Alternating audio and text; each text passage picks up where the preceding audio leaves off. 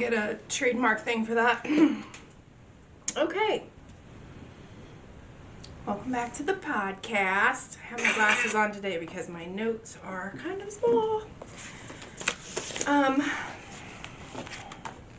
There we go again with those ums.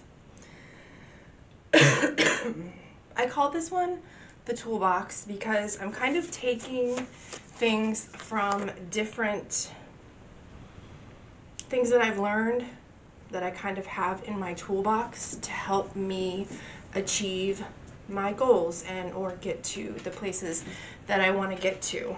So that is why this one's called Toolbox, and that was why I played Bob the Builder. So a few things that I'm going to kind of do like a little outline of what I'm going to talk about today. I want to talk about the 12-week year. I'm going to talk about habit stacking. I'm going to talk about top priority list, eat the frog, resistance from yourself, resistance from others, bad habits, inputs, AI, routine, time block, alarms and timers, which I touched on a little bit last week, planners, wins, and the Sabbath. So, here we go. Yes, we can. Okay, so with the 12-week year, I really love the 12-week year because I really think that it helps break down your goals into bite-size goals instead of looking at like, oh, I need to do this over 12 months. You're looking at, oh, I need to do this in 3 months. And I think it helps have more urgency where you're working on things in this 3-month set instead of like you put something off until completely end of the year and then you're trying to do something in the last couple months of the year and it doesn't work that way. So I really love using 12-week, or quarters, years. And me personally, I live somewhere where there are seasons. So I really like to block my 3 months in those seasons. So I don't really start like my new year considered in January. I kind of start it in March because, well, it's not like I start my new year, but when I do my 3-month blocks, it's usually like March, April, May, June, July, August, September, October, November, December, January, February, because those are similar seasons, like outside seasons. And so for me, it just really helps me to kind of block my months that way. So that's kind of what I do, but that's not like what you need to do. You don't need to like you can start in January and do your 3-month. But I really love that each 12 months kind of stands alone. So you may have your like yearly goal, but your 12 months stands alone and you can break things down into what you need to do in that 12 weeks, 12 weeks, what you need to do each month, what you need to do each week, and what you need to do each day to hit that goal. And then at the end of each month, you can kind of reassess and be like, okay, am I ahead of where I want to be or where I'm supposed to be? Am I behind? Do I need to like step it up? Can I just keep at the pace I'm at? And so I really love that. And then once each 12 week is done, it's like that you're done with that period, and then you're going to look at a whole new 12 weeks. And so you can really go hard at a particular goal for 12 weeks instead of like trying to work on 5 or 6 things. You can really go hard with 1 or 2 things and just really like put everything you have into those. So, and I like doing like a weekly scorecard, and I'll kind of get to that a little bit later also with my top priorities list. But you kind of want to look at like where you are, how you did this week. So let's see, I talked about monthly, like you kind of reassess each month and like what you need to do. So to kind of do the 12-week year, you kind of come up with a vision, like of what you want to look like in 3 months. And then you set those goals, you employ those tactics, and then you craft this weekly plan, and you have to execute it. The biggest thing I think with the 12-week year is time management. Like, there's no slacking. There's no like, oh, I'll do it, later this year. Like, you have a time block, and you really need to manage your time to hit those goals. So, and it's not compared to other people. This is compared to yourself. Like, how did you do yesterday compared to today? Are you better today? And also, like, there's going to be days when you mess up or don't do that, or don't do the things that are on your list, or you're sick or whatever. But the biggest thing is don't do that 2 days in a row, no matter what. 1 day is a mistake. 2 days is the beginning of a habit, of a new habit. So, are you doing better than you did yesterday? So, sorry.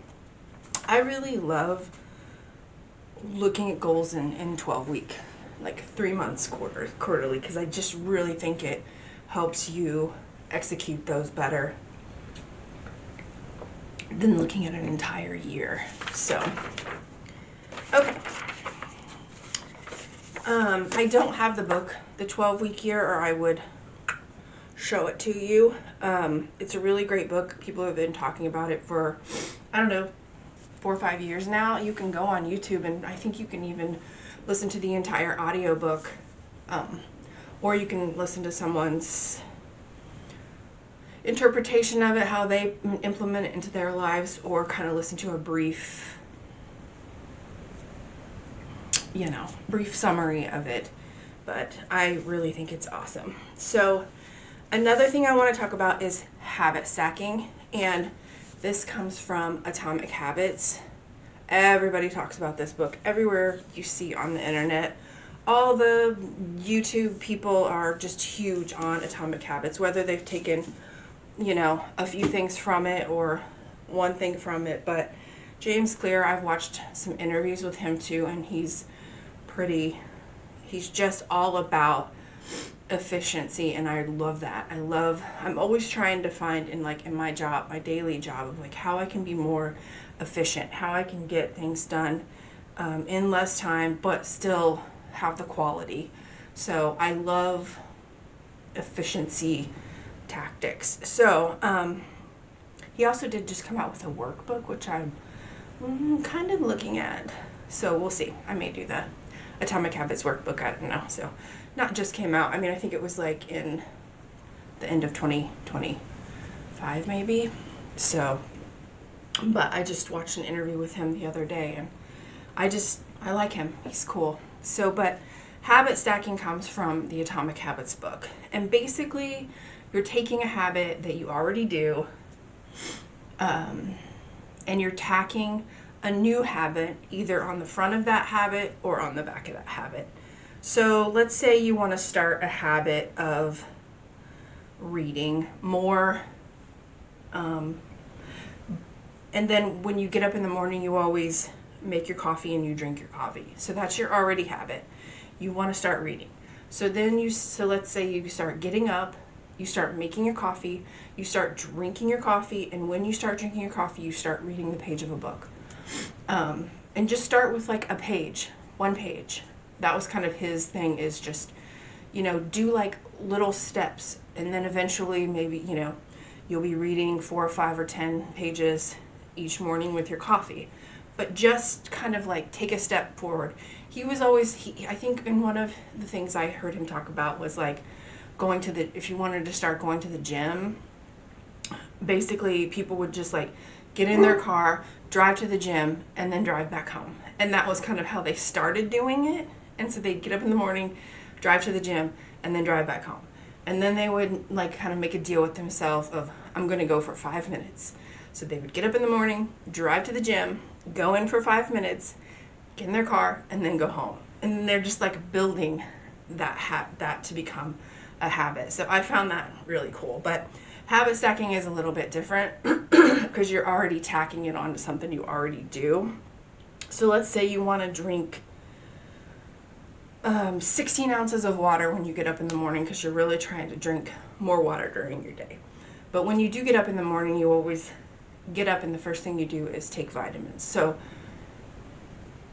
when you take your vitamins, fill up 16 ounces of water and make sure when you take your vitamins, you drink 16 ounces of water. So you're tacking on that water drinking to your already habit of taking your vitamins in the morning. You're tacking on that reading a page of a book to your already drinking coffee in the morning. So I really love how that just sort of, and then that becomes a habit easier because you're already attaching it to a habit that you already do. And I really just love that. And I think it makes habits a lot easier. I want to jump to, sorry, my dog is losing his mind.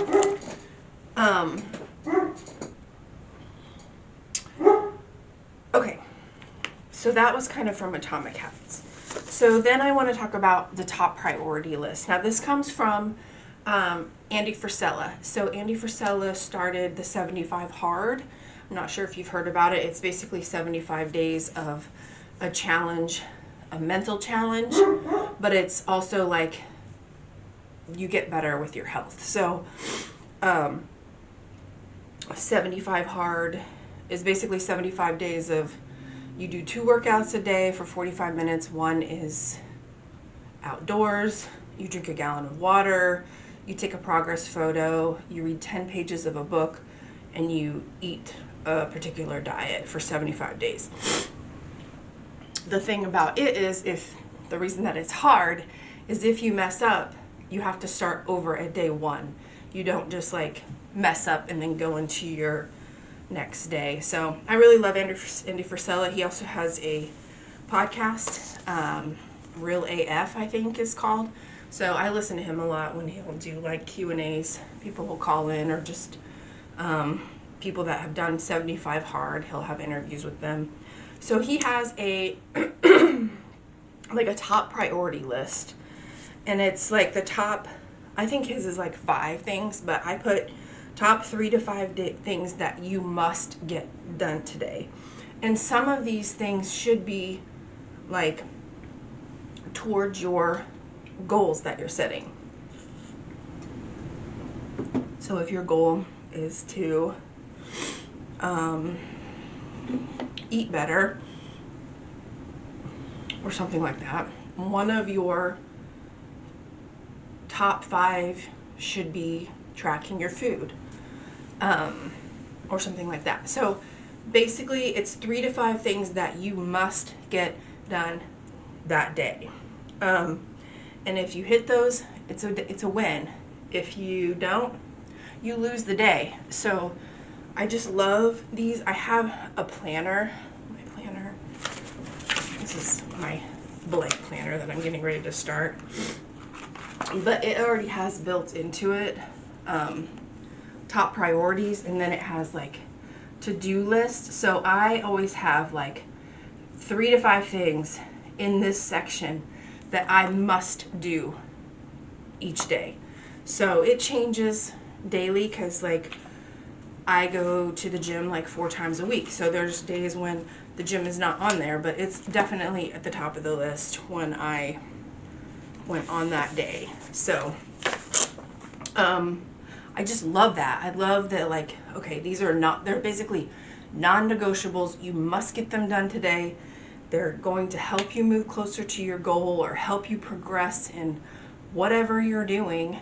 And you do those top things and you win the day. Some of the things in the lower to-do list, maybe they get pushed to tomorrow or next week or whatever, but those top 5, get them done. And I love that. I've been using the top 5 since I started hearing about him talking about the Live Hard program, because there is, after the 75 hard, there is like a continuation of that, and it's called like 75 something. So live 70, I can't remember, but anyways, I just love having like the 3 to 5 things that you must get done, non-negotiable. Do it no matter what. Okay, kind of in line with that is eat the frog. I don't know if you've heard of this, but since I've heard of this, I cannot not hear about it, so not see it. Because I've always been like one of those people who will, like, something that I'm dreading doing or I don't really want to do, I'll like put it off. You know, like I'm like, oh, I just don't want to like make that phone call or whatever. So eat the frog is basically, you can look at it in 2 different ways. One way is you do the most important thing of your day first. So whatever is the most important thing that you need to do today, you do that first. Another way to look at it is you do the thing that you have the most resistance to. So whatever it is that you don't want to do, like the thing that you're like, oh, I don't want to do this today, do it. First thing, number 1, get it out of the way and get on with your day. It makes a huge difference. You're not thinking about it all day. You're not letting it drag you down all day. You're not like, oh, dreading it all day. So I love that because I've always been, and I think that's why I called myself a procrastinator, which I wasn't really a procrastinator. It was just like that one thing that I dread. I just didn't want to do it, so I put it off. So I just love that. So like, knock out that thing that's the most important. Knock out that thing that you just don't want to do. Okay. Now I want to talk about resistance. Of like, once you're starting to like make some changes or make some goals,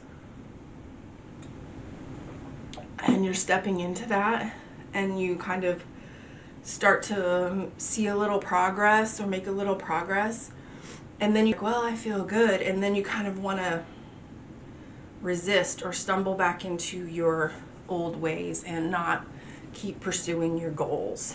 I think we're programmed for comfort. Like we just want to be cozy, comfy, like in our mother's womb. Like that was just like, I feel like that is where we crave to be, no matter where we are in our lives. Like we always just want to be cozy and comfy, and that's just what we want. And I think it's important to purposely put ourselves in discomfort. And I recently read this book, Dopamine Nation, and she talks about, and I watched some interviews with her, and I want to dive more into that. So I may do just like a podcast just on that book, because I don't know, she's just the fascination of dopamine and our tendencies as humans, of what we're just like programmed for, and we're not programmed for how fast like technology and the speed of the world has gotten. We're still programmed for that old school like farm life. So the world has just sped up, and we're still like in our ancestors, program. So I found it really fascinating. So one of the things that she talks about is this scale of pleasure and pain. So most people are just constantly just trying to find pleasure.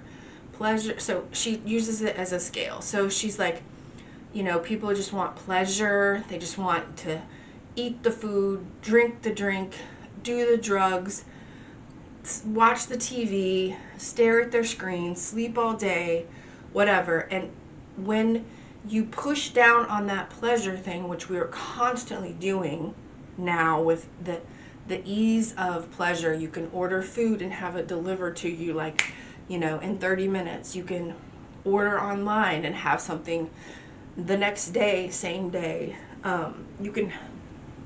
You think of like a movie that you want to watch and you put it on and you can watch it. Like there's no delayed gratification anymore. We can just have whatever we want as quick as we want and as easy as we want. And so we're constantly just pushing down on that pleasure. And what happens is we're so into that pleasure thing that eventually overconsumption, it comes like, she calls them like these little gremlins, jump on the other side of the pain scale, and they don't just take it back to level, they overcompensate. And so now you're in this pain of you're unhealthy, you're overweight, you're anxious, you're depressed, you're whatever. You've just flipped it. The scale is just like flipped on you because you've constantly just been pushing on pleasure, and now your body has to return itself, your mind, your body to homeostasis. So, but it doesn't just take it back to equal. It always goes the other way. So something that she talked about in the book was purposely pushing on the pain side to get pleasure. So instead of like constantly being in comfort and just like, oh, I'm in my cozy little womb, and then eventually you have to pay the price for that, she talks about pushing down on the pain side. So like when you go to the gym and you lift heavy weights, you're pushing down on the pain side. You go to a cardio class and you're pushing yourself, you're sweating, you're pushing down on the pain side. You take an ice bath or a super cold shower, you're pushing down on the pain side. But when your body recalibrates, it recalibrates the same way it does the other way. It doesn't go exactly level. It purposely pushes a little bit further down on the pleasure side.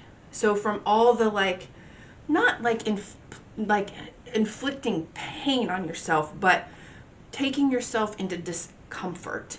So purposely taking yourself into discomfort, when your body comes back, you actually get pleasure from that. When you go work out at the gym, your muscles heal and you get, bigger muscles, you get more in shape. When you take the ice baths, I can't think of the word that I'm thinking, but it kind of like calms your nervous system. But it's discomfort. Sorry, my cat wants to look out the window. So I love that. I love that about Dopamine Nation. And I may dive into that further because I just found her fascinating and I found the book fascinating. And I took so many notes in this book. And I even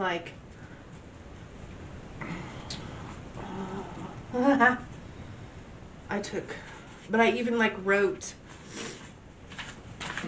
here's the little scale that she uses in the little gremlins. So anyway, that was fascinating. So I took a bunch of notes in that. So that is kind of resistance from yourself and kind of purposely putting yourself into discomfort. So I love that too. And it can also help you towards your goals. If you're going to the gym, you're going to workout classes, that's going to get you to your goals. Or if you're, trying to make goals at work and you're forcing yourself to make sales calls whenever you're scared to, that is putting yourself in discomfort. It doesn't always have to be like bodies or muscles or nervous system. So and then I want to talk about resistance from others. So once you start changing and you start working towards your goals, there's a thing is in 2 weeks you'll feel it, in 4 weeks you'll see it, and in 6 weeks others will see it, or something like that. But once you start making changes in your life, the people that you surround yourself with who know you as this other version of yourself, not the version you're trying to become or the version that you're starting to becoming, there might be resistance there from them. They might be snarky about things. And that can be discouraging. That can be hard. But one of the things that you need to realize is that it doesn't have anything to do with you. It's all them. It's the way they feel about themselves not changing and seeing you changing. So, what I would recommend is to try to invite them along. Like if you're on a health journey of going to the gym, and invite them to come to the gym with you sometime.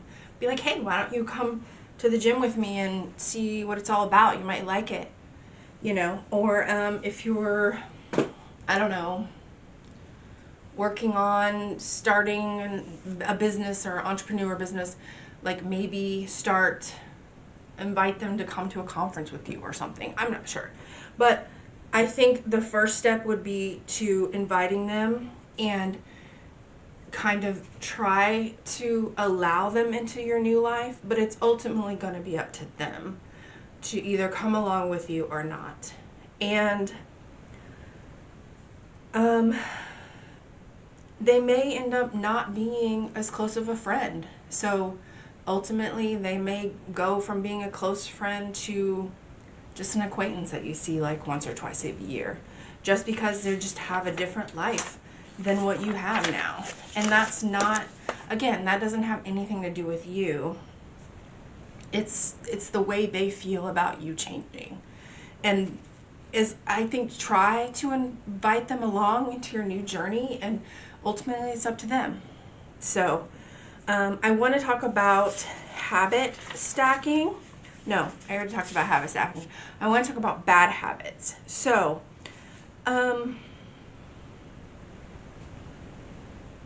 we've talked kind of about starting new habits, new goals, and you know, all that, but there's also some people have resolutions about stopping something, quitting a bad habit. So I think a couple of the things that help are making the habit, putting more obstacles between you and that habit. So like, don't make it easy for you to like if you're trying to quit smoking, don't keep cigarettes around. Don't keep them in your house. Don't keep them, don't buy them. Just like, if you're trying to not eat junk food, don't bring junk food into your house. Don't buy junk food. Like putting more obstacles between yourself, because you're going to be less likely if you're just like, oh, I want junk food, or oh, I really want a cigarette. If it's not here where you can just grab it and eat it, or grab it and smoke it, you're a little bit less likely to go out and do it, go out and get it. You may, if you just, you may like fall back, but putting that obstacle in between you and that thing that you're trying to quit, as much obstacles as you can in between you and them, like whatever you can do to make it harder for you to get to that and do that bad habit. And another thing that helped me, I used to smoke, and I tried quitting for a long time, and I would quit and fail and quit and fail. But also making that bad habit, like bad, ugly, negative, gross, like just really, instead of looking at it as like how people like, oh man, I can't wait till I get off work, I'm going to go out and have a cigarette. I'm just like so stressed. I just can't wait to do it. So I would always think like, when I would see people smoking, it wasn't anything personal against them, but I would just be like, oh, that's so gross. Oh, that's so gross that they smoke. Or like it's, everything related around smoking. Like I would always like think about like it makes your clothes smell, it makes your breath stink, it makes your hands stink. Like I just kept throwing this like negative things at myself. And when I would see people doing that habit, instead of thinking, oh man, I used to love smoking, I would be like, oh, that's so disgusting. Like not towards that person, but just for my benefit, to help me to see that as a negative thing. So I would always just kind of throw negative connotations onto that old habit, so it would just make it less appealing. Like, oh, it just stinks. It's gross. It's disgusting, And that really helped me with like finally kicking. Like, I used I used the patch and things like that, but just really looking at the negative stuff from it, of like even health stuff. Like go look at photos of people's lungs who smoke. Like really dig into the disgusting deep stuff of it, and that really will set yourself up to ditch that bad habit. And I used that a lot when I was quitting smoking. Everything that was surrounded around smoking, I was like, disgusting.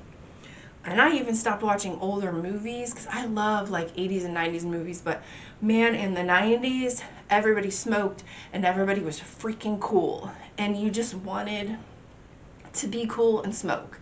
And I had to stop watching those movies for a while, because I just couldn't, like all I wanted to do was be cool again and have a cigarette.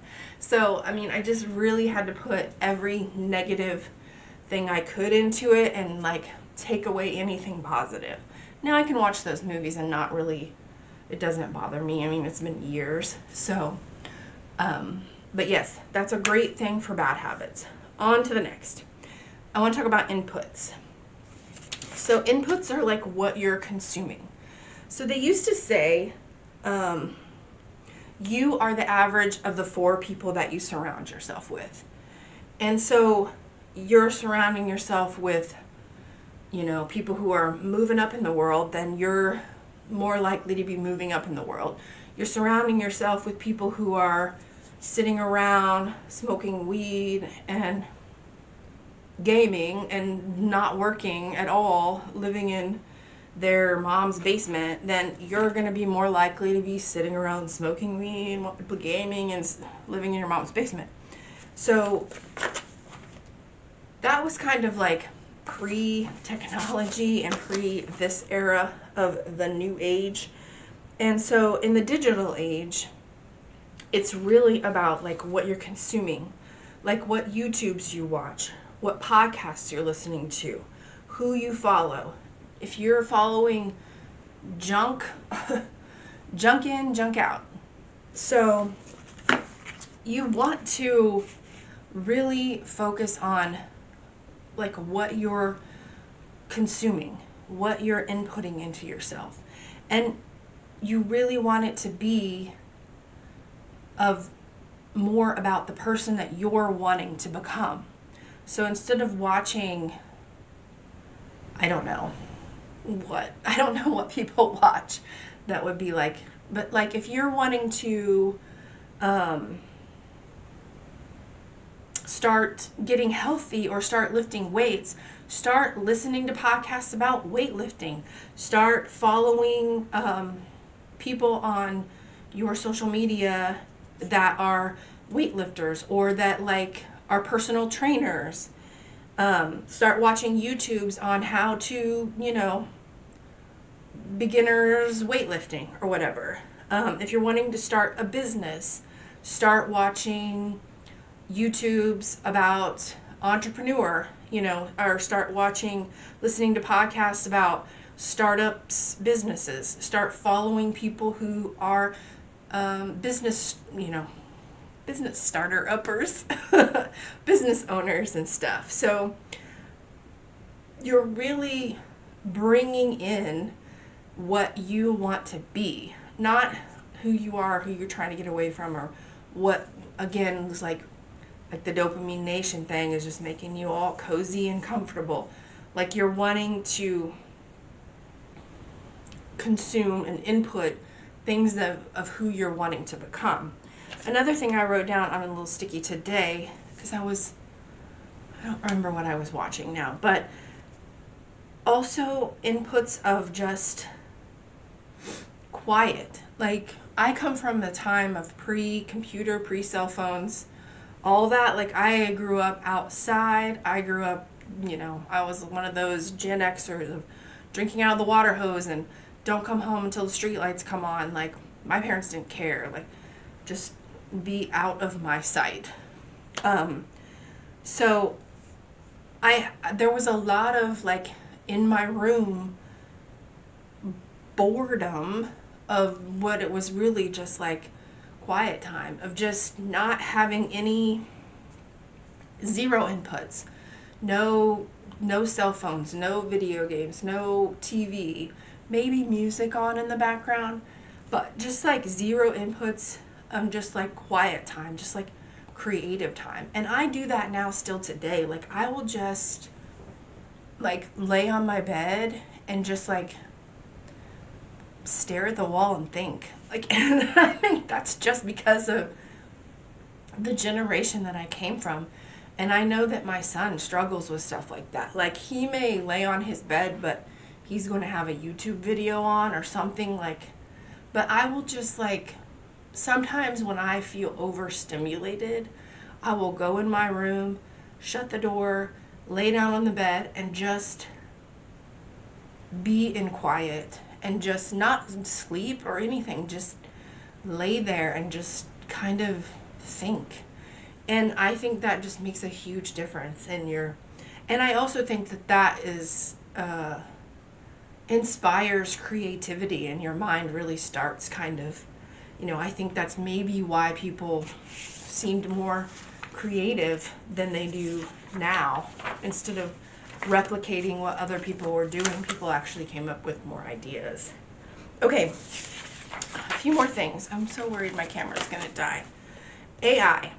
So I just wanted to touch on AI, of how, like, using AI to help you get more towards your goals. So you can use AI to make workout plans for you, kind of tell it how many days a week and what you're wanting to do. You could use it to help you create a daily routine for yourself. Use it for recipes. Use it to help you break down your goals to bite size. You can even use it to help you come up with a cleaning routine for your house. So there's so much that you can do with AI to just kind of help you work towards your goals and work towards what you want to become.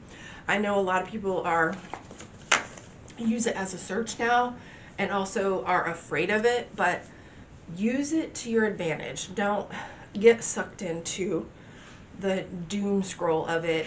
Use it to help you get to where you want to be.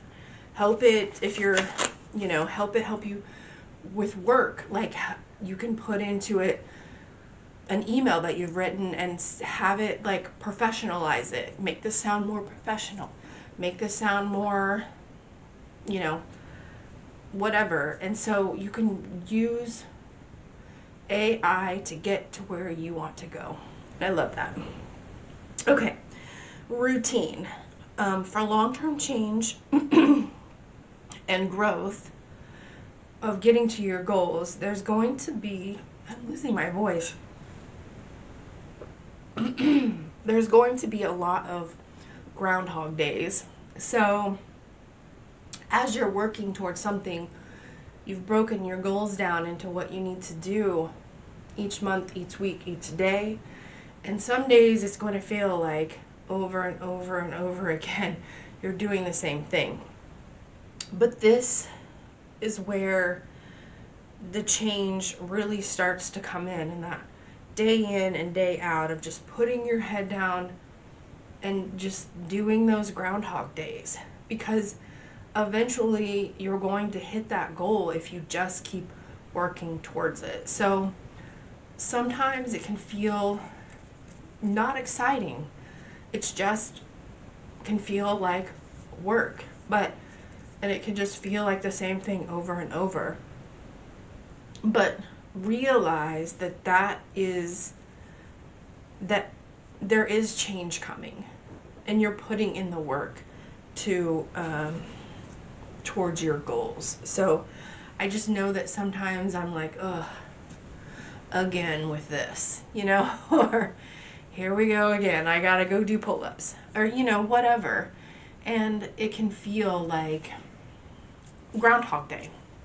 So I wanted to also talk about time blocking.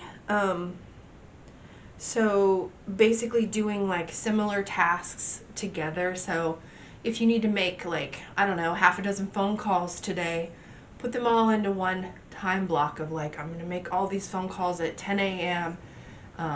10 to 11:30 is when I'm going to make these half a dozen phone calls. So I like putting similar tasks together, and I think it helps kind of just keep things organized. I don't know. What else do I have? I also did work blocks and focus time. So I will, set a timer or an alarm or whatever for 90 minutes. And that's just super focused time.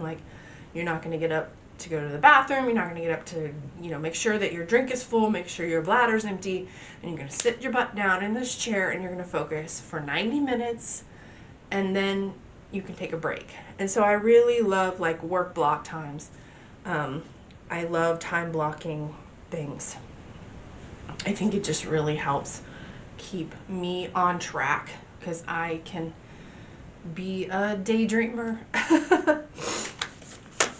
Okay, times and alarms. I talked about this a little bit last week.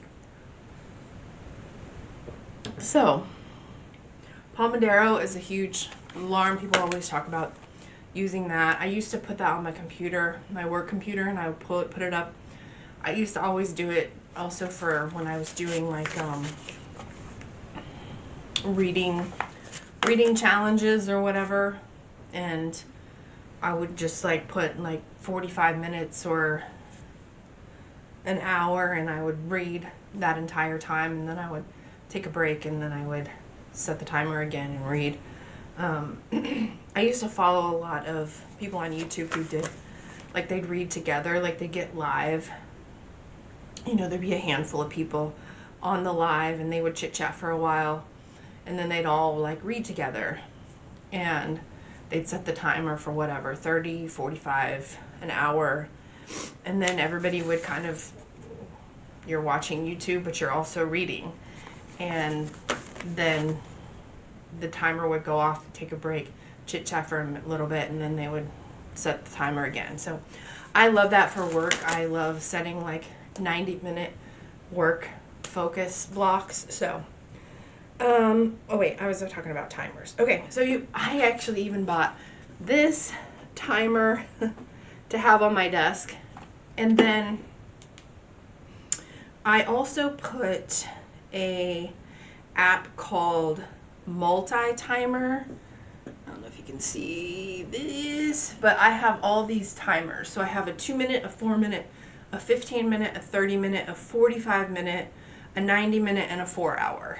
So I love using timers for things and just focus time. I also have an app called Alarm Clock Extreme, and I set alarms for everything. So I set an alarm to get up. I set an alarm to start work. I set an alarm to take a break. I set an alarm to get off. I set an alarm to go to the gym.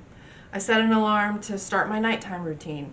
I set an alarm to get up on Sunday. I set an alarm that I need to leave for church. So I just really, there's just no thinking about it. I don't have to I don't want to do this. There's just the alarm goes off and you go do it. That's it. There's no Just the alarm goes off, you go do the thing. It's sort of like Pavlov's dog, you know. But I think it's, if you're trying to work towards something, you know, if you're trying to reach a goal, you have to do the thing to hit the goal. So setting an alarm that's like, go do this, and then the alarm goes off and you go do it. That's one step closer to your goal. So I don't know if alarms and timers are something that everyone uses, but I find it a huge help. Okay, planners. I am a huge planner person.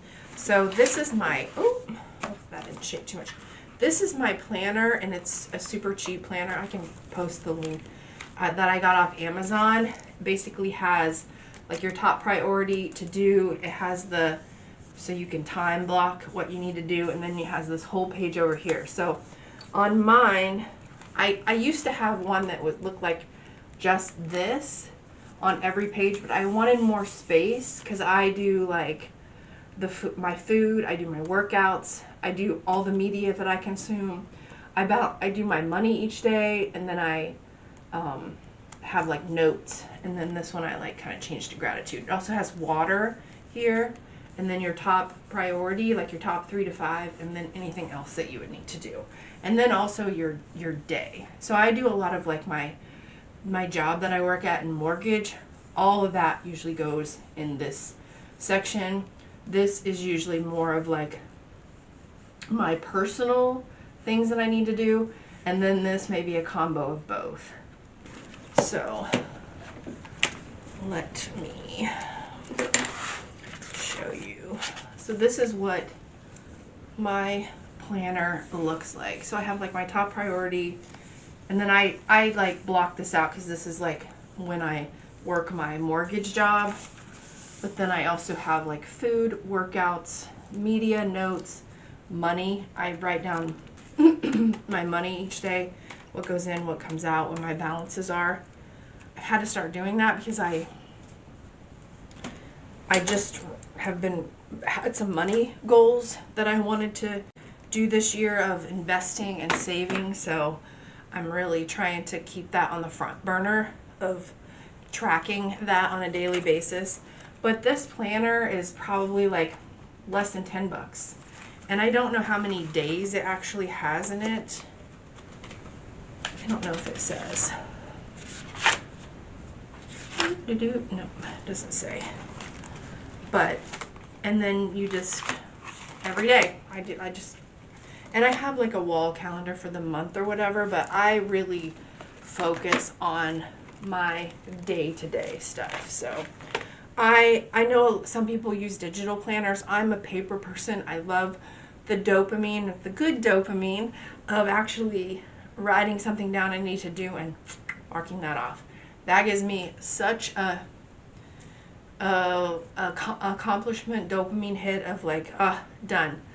Love it. I know the Notion is one that I've seen a lot of people online use. They also use it for like goal planning and even just their daily to-dos and calendars or social media. If they're a social media person, how they're going to post content or whatever. I do have Notion on my phone, and I only really use it. I did it like as a podcast layout the first time, my first podcast, but I only used it that once. But I do have one called Workout, and I have like all my upper body exercises and all my lower body exercises, and basically each week I clear these little check mark boxes, and then when I go to the gym on Monday, I click the boxes of upper or lower. Go to the gym on Tuesday, I click the boxes of upper or lower. So that way I'm trying to do as many different exercises on this list each week so that I know. But I also write it down in my planner. But while I'm at the gym, I don't take my planner to the gym. I just use this. And I also will mark like the weight. This also has like the weight and reps of what I did the last time. So that helps me kind of when I go in there and I'm like, oh, it's been a week since I did this exercise, but I know I did this weight, so start there. So that's really the only thing I use Notion for. People use it for everything.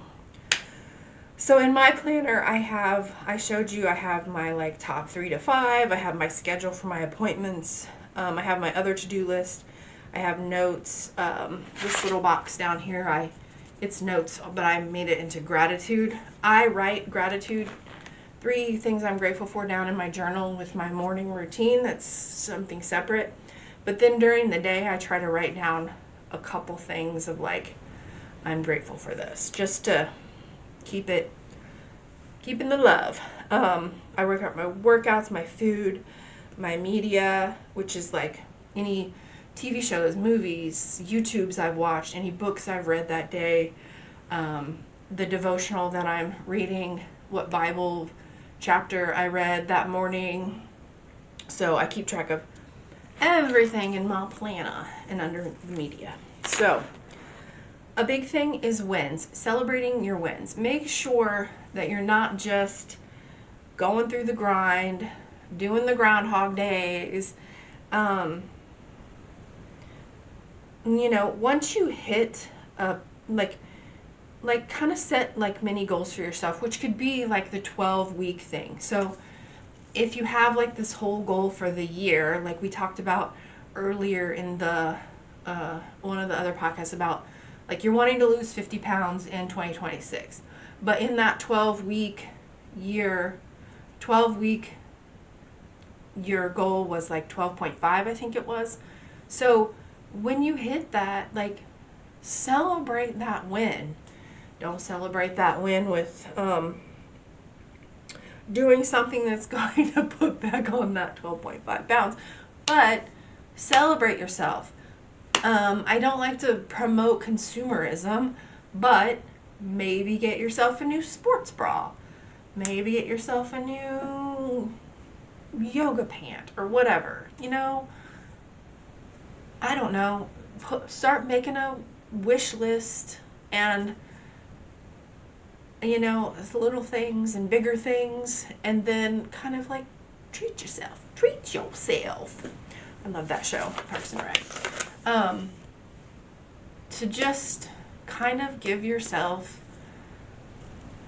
some little prizes. I know you're not a dog and you don't need treats, but it's kind of nice to just kind of celebrate your wins, like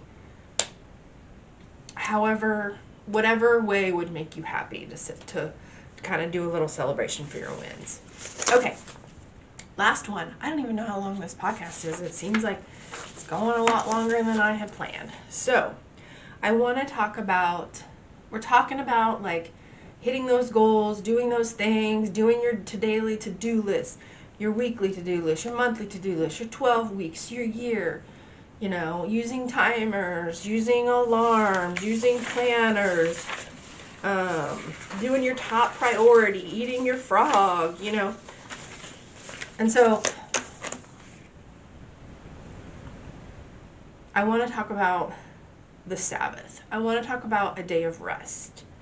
I have been doing this now for 3 years, maybe more than that. I'm not sure. I actually just got Charlie Kirk's new book, his last book also. I remember hearing him talk about this earlier this year when I was watching one of his podcasts. He was talking about doing a book on the Sabbath, and I was like, oh wow, I can't wait till that comes out. And when he died, I remember thinking, I wonder if he finished that book, because he had said earlier last year that it was coming out later in the year. So when he died in September, I was thinking, oh, I wonder if he got that book finished. And he did, apparently. So I pre-ordered it back in like October, and it just came. So I'm only a couple chapters in, but I've actually been celebrating the Sabbath for probably like 3 years.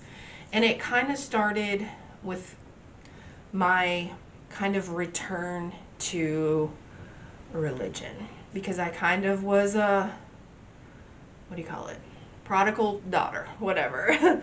And then I got back into it by reading the Torah. So I spent like 2 years reading the first 5 books of the Torah, and also celebrating the Sabbath like Jewish celebrates the Sabbath. So like Friday night at sundown to Saturday at sundown. Now that was really hard. I never fully did it like I tried not to drive, but sometimes I had to drive. I did always cook, because I don't know how much you know about how the Jewish celebrate the Sabbath, but that kind of got me back into my conversation with God. And then I started going to a Christian church again. I grew up in a Baptist church, and I still celebrate the Sabbath on Saturday. So because I go to church on Sunday, I also like work a second job sometimes on Sunday, a little side hustle that I do, and I record the podcast on Sunday. So I really use Saturday as my Sabbath. And so there have been Saturdays where I have had the most stressful week from Sunday to Friday night, and I have slept the entire day on Saturday. I got up, fed my animals, let them out, went back to bed, and like I did not actually get out of bed until like 5 p.m. on Saturday. But that was like what I needed. There's been Saturdays where I just kind of lounge around in bed and read. I'll read like religious books. I try to kind of like keep it. I'll read other books too, but I try for it not to be like work related, or like, like you gotta be better, like those kind of books. I try to make it kind of either religious or the Bible, or just resting. And sometimes I will fast. I just won't eat all day, and so sometimes I fast on the Sabbath, but it's mostly about rest. And I really think that it's important to take that one rest day. Like, do everything you need to do 6 days a week to hit those goals, to do that to-do list, to do that top priority, and then take your day of rest and just really like spend time with your family, eat good food, make good food at home, spend some time outside, go for a walk in nature, just like laugh and hang out, take a nap, read a book. Like, just really try to not be on your phone, not be on social media, not do anything work related, not do anything to like push yourself forward. Just rest. 6 days you shall labor, and on the 7th you shall rest. And I love that. I have been doing it for, I said 3 years, but maybe it's been a little longer. Not quite 5, but somewhere between 3 and 5. But it's changed me. I just allow myself to rest. And then I go hard Sunday through Friday and give myself that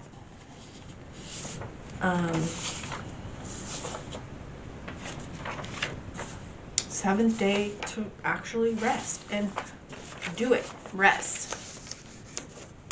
So I wanted to add that in because I think it's really important to take that time and not just try to go hard forever. because you're going to burn out. You're going to get sick of it. So anyway, that is it. We can do it. Yes, we can. I'm not sure about next week. I think next week is actually the book club podcast.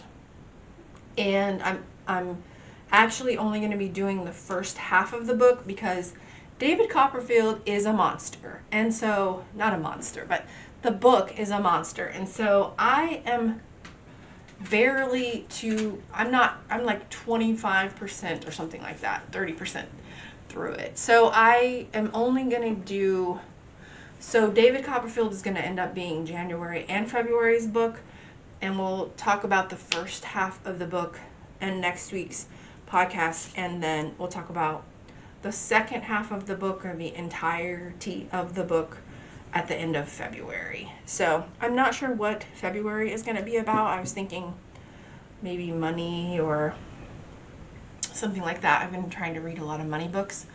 But anyway, hopefully these have helped you, these goal setting and reverse engineering and this toolbox, and let me know what you think. I will try to leave some links to some stuff in the description, the planners, the books, the apps, and that kind of thing. So leave your comments, like, subscribe, tell me what you think, tell me if you hate it, tell me that I stink, but this is my third podcast,